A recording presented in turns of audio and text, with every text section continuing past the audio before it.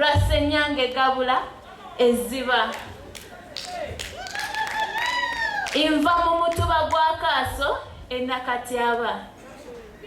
Inva mu ssiga lya Kituma Olekeze mu Kyambadde mulimu engo. Ku buyi obwa nnyabo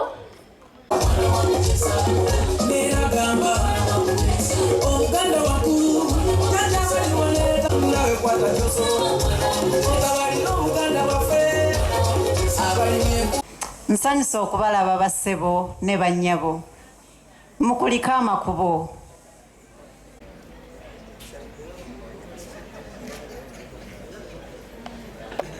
Lwati Senyi John Bosco Nkadde ekiri wa mu Kyagwe. Jjajjange owa Kasolya y'omutaka Kitanda. Mukulu wa Luka Kisaamo agalamidde mu Kitenda mu Kyagwe. Oyonga yangata Ssaabasajja Sebuko agalamidde e Nabuti mu Kyagwe. Ndi muzzukulu wa Njawukana Petero.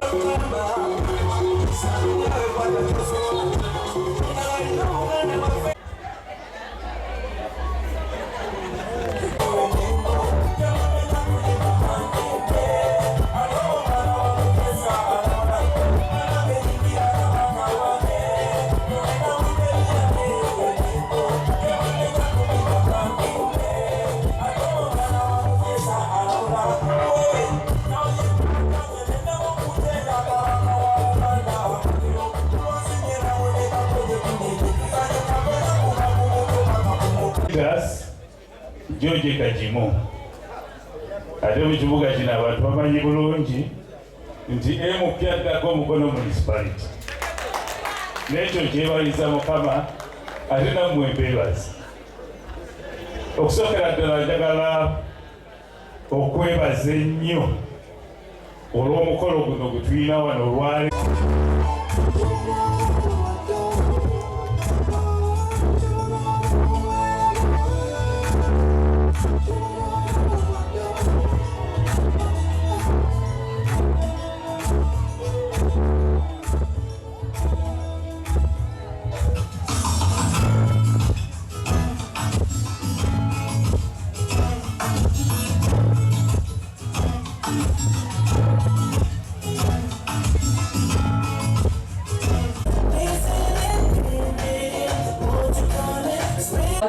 In this way, people are coming together to network.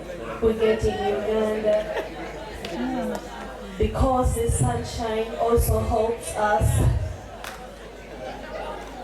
to maintain trees and our animals. The purple. Many dresses like this of mine, skirts, t-shirts, out of these disposable things. Nsanyusa okubalaba bassebo ne bannyabo mukuliko amakubo.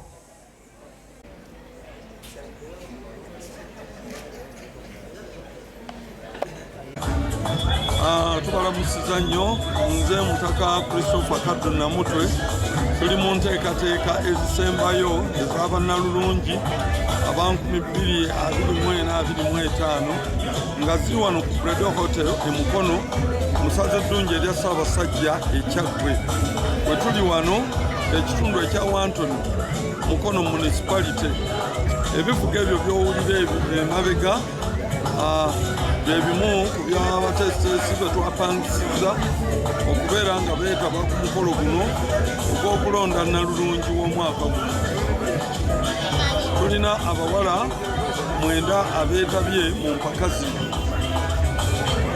magombolola gonna agali mu Kyagwe, yadde agamu tegasobodde olw'ebisaanyizo bye twasaba n'ebirala, naye nga abawala be tusobodde okufuna bali 9 abeetabye mu mpaka zino. Bannaabwe ab'amasaza amalala okuva mu Buganda abagenda okwetaba mu mpaka z'obwannalulungi ezinaabaawo omwezi ogujja, naye nga kino kitundu butundu mu mpaka eziteekebwateekebwa bannalulungi ba Buganda okusobola okutumbula ebyobulambuzi mu Buganda ne Uganda yonna okutwalira ebirimu si byakutumbula bwamalaaya ng'abantu abasinga bwe otegedde abantu bwe balowooza. Empaka zino tuyigiriza abaana baffe abawano mu Buganda n'abava mu bitundu ebirala okumanya ebintu ebyobuwangwa bwaffe, empisa zaffe ez'ekinnansi okuziwa ekitiibwa nga bassa mu bantu ekitiibwa. Era tukubiriza abawala okubeera nga bawa empisa zaffe ezawano ekitiibwa okusinga lwe bakopperera buli kintu buli kiseera ne bakoppa empisa ez'ebweru. Ennaku zino nga bwe mulaba abaana bagenda ne bambala damagi ng'ebitundu eby'emibiri gyabwe bitandale bantu ebisinga birabika. N'ekirala twagala okutumbula ebyobulambuzi mu Buganda ne Uganda yonna okutwalira awamu, kubanga kirina ekyongera ku byenfuna by'eggwanga.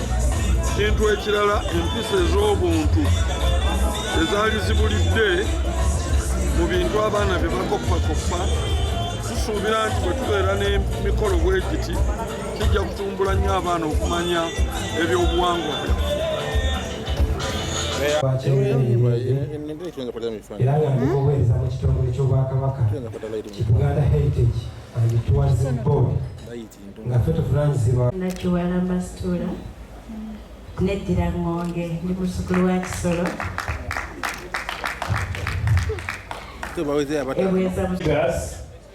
George Kajimu ate mu kibuga kino abantu bamanyi bulungi nti emupyaddako Mukono municipality, n'ekyo kyebaliza Mukama ate nammwe mbeebazi. Okusookera ddala njagala okwebaza ennyo olw'omukolo guno gwe tulina wano olwali kola bulungi okunoonya ebi byonna ebifo n'ebintu eby'enjawulo ebisobola okwongera okututunda ate n'okuleeta obulambuzi mu kibuga kyaffe ne mu ssaza lyaffe.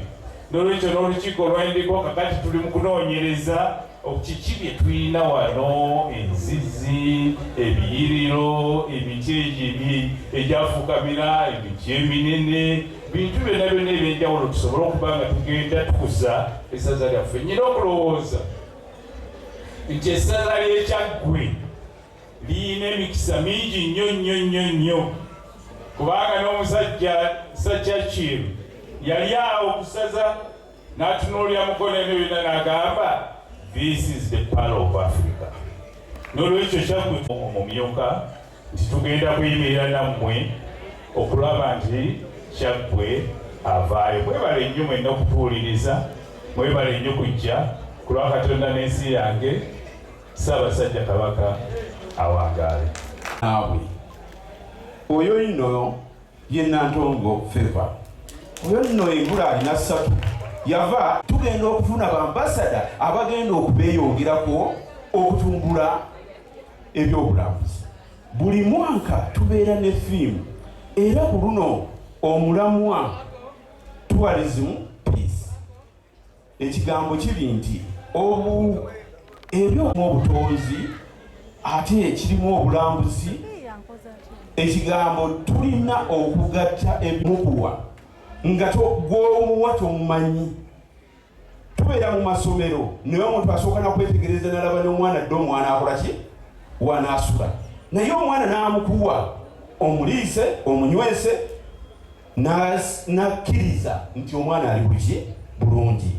Bannalulungi gye muli mwenna nammwe abaayita mu nsonga eyo, gali gaba magye, teri kulya bulungi, teri kunywa bulungi, agenda wuwo. Mu nsonga zino tutunuulire nnyo empisa yonna gye tugenda tusobole okufuna ebibala. Ekyokubiri, mu byonna abaana bano ababa bayiseemu tulabike nti nno tubasimira omusingi abava mu masaza gonna. Ekyokusatu, nti mu byonna obulambuzi nga bunaagenda mu maaso, emisomo gikyetaagisa okuvira ddala ku magombolola, ku masaza, nga ow'ekitongole sinze nina okwogerera ebyobulambuzi byonna. Ekintu ekirala, tulina okugatta sekita eziri mu gavumenti ezitwala ebyobulambuzi. Ssaabasajja Kabaka yatikkirirwawa mu mwaka ki? Neeyanziza nnyo nnyabo. Ssaabasajja Kabaka yatikkirirwa ku lusozi Naggalabi omwaka gwali gwa 1993.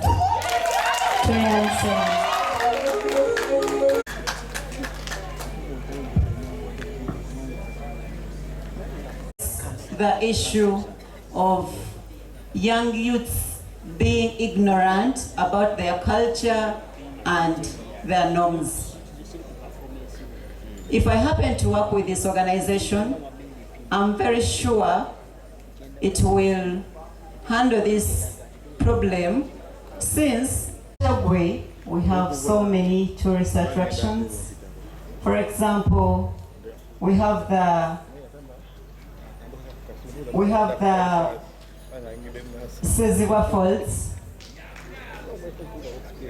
and the Mobeya Falls, and these are found in the sub-county called Nyenga. Eyanzege Oweekitiibwa Ssekiboobo tukwebaza olw'obudde.